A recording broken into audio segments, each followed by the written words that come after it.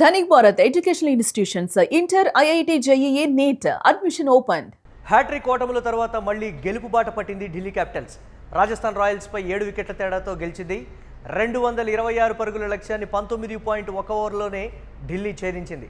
ఓపెనర్లు రాహుల్, నిశంక మెరుపు హాఫ్ సెంచరీలతో పాటు నితీష్ రాణా చెలరేగడంతో విక్టరీ ఈజీ అయింది ఢిల్లీకి. ఆడినటువంటి 9 మ్యాచ్ల్లో 4 విజయాలు సాధించింది ఢిల్లీ క్యాపిటల్స్. అంతకుముందు రాజస్థాన్ బ్యాటింగ్లో చెలరేగి ఆడింది. కెప్టెన్ పరాగ్, ఫెరీరా, జ్యూరెల్ అద్భుతంగా ఆడారు. దీనికి సంబంధించి మరిన్ని అప్డేట్స్ స్పోర్ట్స్ అనలిస్ట్ వెంకట్ అందిస్తారు. వెంకట్, ఏ విధంగా చూడాలి? ఢిల్లీ మళ్ళీ గెలుపు బాట పట్టిందా పాయింట్ల పట్టికలో? దీనికి సంబంధించి మళ్ళీ టాప్ 4లోకి ఏమైనా వచ్చేటువంటి ఛాన్సెస్ ఉన్నాయా? అద్భుతంగా ప్లేయర్స్ ఆడుతున్నటువంటి పరిస్థితి ఉంది. ఎలా చూడాలంటారు నిన్న జరిగినటువంటి మ్యాచ్ని? నిన్న జరిగినటువంటి మ్యాచ్కి సంబంధించి కనుక చూస్తే కొంత అంటే ఢిల్లీలో ఉన్నటువంటి అసలు ఆట తీరు, ఢిల్లీ ఆటగాళ్ళు ఏదైతే వాళ్ళ సామర్థ్యం ఏంటి అనే దానికి సంబంధించి నిన్న ప్రూవ్ చేసుకున్నటువంటి పరిస్థితి.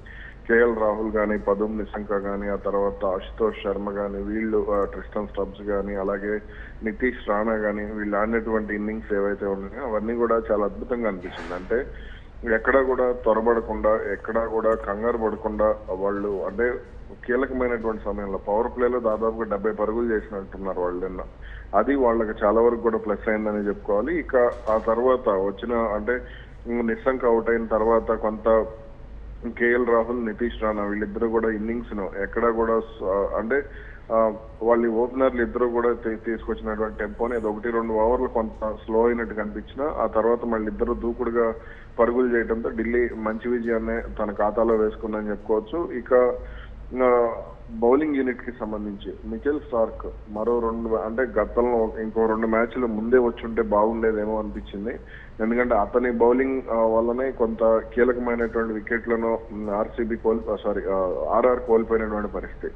కాబట్టి అది చాలా వరకు కూడా అతను రావడం అనేది ప్లస్ అయింది. ఇక అయితే రాజస్థాన్ మిడిల్ ఓవర్స్ లో చేసినటువంటి పరుగులే వాళ్లకు చాలా అడ్వాంటేజ్ అయినటువంటి పరిస్థితి. 2 వికెట్లు సాధారణంగా వాళ్ళు ఓపెనర్ల మీద డిపెండ్ అవుతారు అనేటువంటి విమర్శ ఉంది. కానీ ఆ విమర్శ నుంచి బయటకు వచ్చి వాళ్ళు మిడిల్ ఆర్డర్ రియాన్ పరాగ్ కానీ, ధ్రువ్ జూరెల్ కానీ, ఆ తర్వాత ఫెరేరా కానీ వీళ్ళు ఆడినటువంటి ఇన్నింగ్స్ తో Rajasthan batting order, middle order కూడా బలంగా ఉంది అనేటువంటి సంకేతాలు అయితే ఇవ్వగలిగింది. ఎస్, ఢిల్లీ పాయింట్ల పట్టికలో అంటే ఇంకా 5 మ్యాచ్లు మిగిలి ఉన్నాయి ఢిల్లీకి. ఈ 5 మ్యాచ్ల్లో ఏమైనా ఒకవేళ అద్భుతంగా ఆడితే మాత్రం పాయింట్ల పట్టికలో పై స్థానాలకు వచ్చేటువంటి ఛాన్సెస్ ఏంటి? దాన్ని ఎలా చూడాలంటారు? రన్ రేట్ వాళ్ళ ప్లే ఆఫ్ ఆశలు ఇంకా చచ్చిపోలేదని చెప్పొచ్చు. ఎందుకంటే వాళ్ళు ఇంకొక 3-4 మ్యాచ్లు గెలిచినా సరిపోతుంది. ఇప్పుడు ఆల్రెడీ వాళ్ళకి 9 పాయింట్లు ఉన్నట్టున్నాయి. 9 పాయింట్లు అంటే ఇంకొక 4 మ్యాచ్లు కనుక గెలిస్తే వాళ్ళకి 8 పాయింట్లు యాడ్ అవుతాయి. సో కాబట్టి వాళ్ళు ప్లే ఆఫ్స్ కి వెళ్ళడం అనేది పెద్ద మ్యాటర్ కాదు. మరి అంటే ఐపీఎల్ అంటేనే మాయాజాలం కాబట్టి మరి దాన్ని ఎలా మేనేజ్ చేస్తారు, వేరే జట్ల కోసం ఏమన్నా వీళ్ళు త్యాగాలు ఏమన్నా చేయడానికి సిద్ధంగా ఉన్నారా అనేది కూడా మనం చూడాలి. ఎస్, ఇప్పుడిప్పుడే టీమ్స్ కి అర్థమవుతుంది నెట్ రన్ రేట్ ఎంత ఇంపార్టెంట్ అనేది కూడా. So net run rate impact అనేది రాబోయే మ్యాచ్లో క్లియర్గా కనిపించే ఛాన్సెస్ ఉన్నాయంటారా? నెట్ రన్ రేట్ కీలకంగా మారుతుందా? లీగ్ మ్యాచెస్ కి సంబంధించి ఖచ్చితంగా నెట్ రన్ రేట్ అనేది ముందు నుంచి కూడా కీలకమే. అందుకనే ఆర్సీబీ కానీ, పంజాబ్ కానీ, రాజస్థాన్ కానీ వీళ్ళు ఎక్కడ కూడా నెట్ రన్ రేట్ విషయంలో అలసత్వం ప్రదర్శించట్లా. ముందు నుంచి కూడా వీలైనంత త్వరగా మ్యాచ్లను ముగించేందుకే వాళ్ళు ప్రయత్నం చేస్తున్నారు. అది దాని ప్రభావం అనేది పూర్తిగా కనపడుతున్నటువంటి పరిస్థితి. అది ఇప్పుడు అయితే ఢిల్లీకి మాత్రం కొంత నెట్ రన్ రేట్ మైనస్ అవుతుంది. కాబట్టి తర్వాత మ్యాచ్లకు సంబంధించి మాత్రం వాళ్ళు మంచి విజయాలు నమోదు చేస్తే మాత్రం చాలా వరకు కూడా అడ్వాంటేజ్ అయ్యేటువంటి ఛాన్స్ అయితే ఉంటుంది. ఎస్, అంటే వైభవ్ సూర్యవంశీ మీద ఎక్కువగా ఆశలు పెట్టుకోవడం కూడా కరెక్ట్ కాదు అని నిన్న అర్థమైనటువంటి పరిస్థితి ఉంది. ఒకవేళ రియాన్ పరాగ్ కానీ ఫామ్లోకి రాకుండా ఆ 90 రన్స్ కానీ చేయకుండా ఉంటే ఏంటి పరిస్థితి అనే ఒక క్వశ్చన్ కూడా రైజ్ అయింది. వెంకట్, దాన్ని ఎలా చూడాలి? అదే ఓపెనర్ ఇప్పుడు హైదరాబాద్ కి సమస్య ఉంది. ఇప్పుడు మనం 3 జట్లు రాజస్థాన్ కానీ, లేదంటే పంజాబ్ కానీ, హైదరాబాద్ కానీ, ఈ 3 జట్లకి సంబంధించి మనం చూసుకుంటే సిమిలారిటీ ఓపెనర్లు బలంగా ఉంటారు, ఓపెనర్లు విధ్వంసకరంగా ఆడతారు. కాకపోతే అప్పుడు హైదరాబాద్ ఏమవుతుంది, ఓపెనర్లు ఆడకపోతే మిడిల్ ఆర్డర్ ఫెయిల్ అవుతుంది. అలాగే రాజస్థాన్ కి సంబంధించి కానీ, పంజాబ్ కి సంబంధించి కానీ ఆ సమస్య లేదు అనేది మనకి స్పష్టంగా అర్థం అవుతుంది. ఎందుకంటే వాళ్ళు గత మ్యాచ్ల్లో కొంత ఫెయిల్ అయినప్పటికి కూడా ఆ డివాన్ ఫెరేరా కానీ వీళ్ళ ఎలాంటి వాళ్ళు ఆడుతున్నటువంటి ఇన్నింగ్స్ వాళ్ళకి ప్లస్ అవుతున్నటువంటి పరిస్థితి. అలాగే నిన్న కూడా ఫెరారా కానీ రియాన్ పరాగ్ కానీ వీళ్ళిద్దరు ఆడినటువంటి ఇన్నింగ్స్లకు సంబంధించి కొంత అడ్వాంటేజ్ అయింది. అది ఒక హైదరాబాద్ కి ఆ సమస్య ఉంది. ఓపెనర్లు ఆడకపోతే తర్వాత వాళ్ళు కూడా ఫెయిల్ అయ్యేటువంటి పరిస్థితి. కాబట్టి మరి తదుపరి మ్యాచ్ల విషయంలో కూడా రాజస్థాన్ అదే టెంపో కంటిన్యూ చేస్తుందా?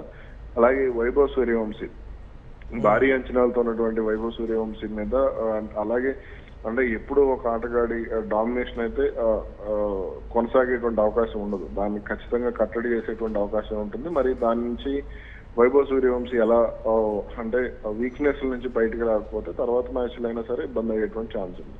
ఎస్, ఢిల్లీకి మిచెల్ స్టార్క్ ఒక బలంగా మారాడు, మొదటి మ్యాచ్లోనే టీంకి విజయాన్ని కట్టబెట్టాడు అనేటువంటి మాట కూడా చూడొచ్చంటారు. అలాగా వికెట్ తీయడంతో ఖచ్చితంగా చూడొచ్చు. అతను వస్తే పవర్ ప్లే లో వాళ్ళకి చాలా అడ్వాంటేజ్ అవుతుంది. అతను నిన్న కూడా ఫస్ట్ ఓవర్ లోనే వికెట్ తీసినట్టున్నాడు.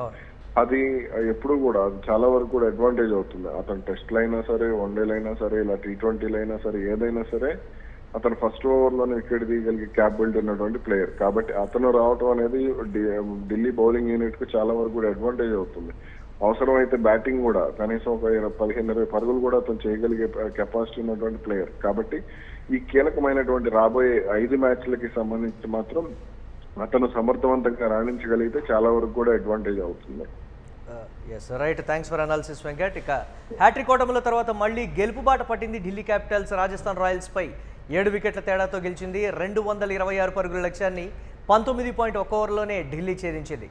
ఓపెనర్లో రాహుల్, నిశాంక మెరుపు హాఫ్ సెంచరీలతో పాటు నితీష్ రాణా చెలరేగడంతో ఈజీ విక్టరీ కొట్టింది ఢిల్లీ. ఆడినటువంటి 9 మ్యాచ్ల్లో ఢిల్లీ క్యాపిటల్స్ 4 విజయాలు సాధించింది. అంతకుముందు రాజస్థాన్ బ్యాటింగ్లో చెలరేగి ఆడారు కెప్టెన్ పరాగ్, ఫెరీరా, జూరెల్.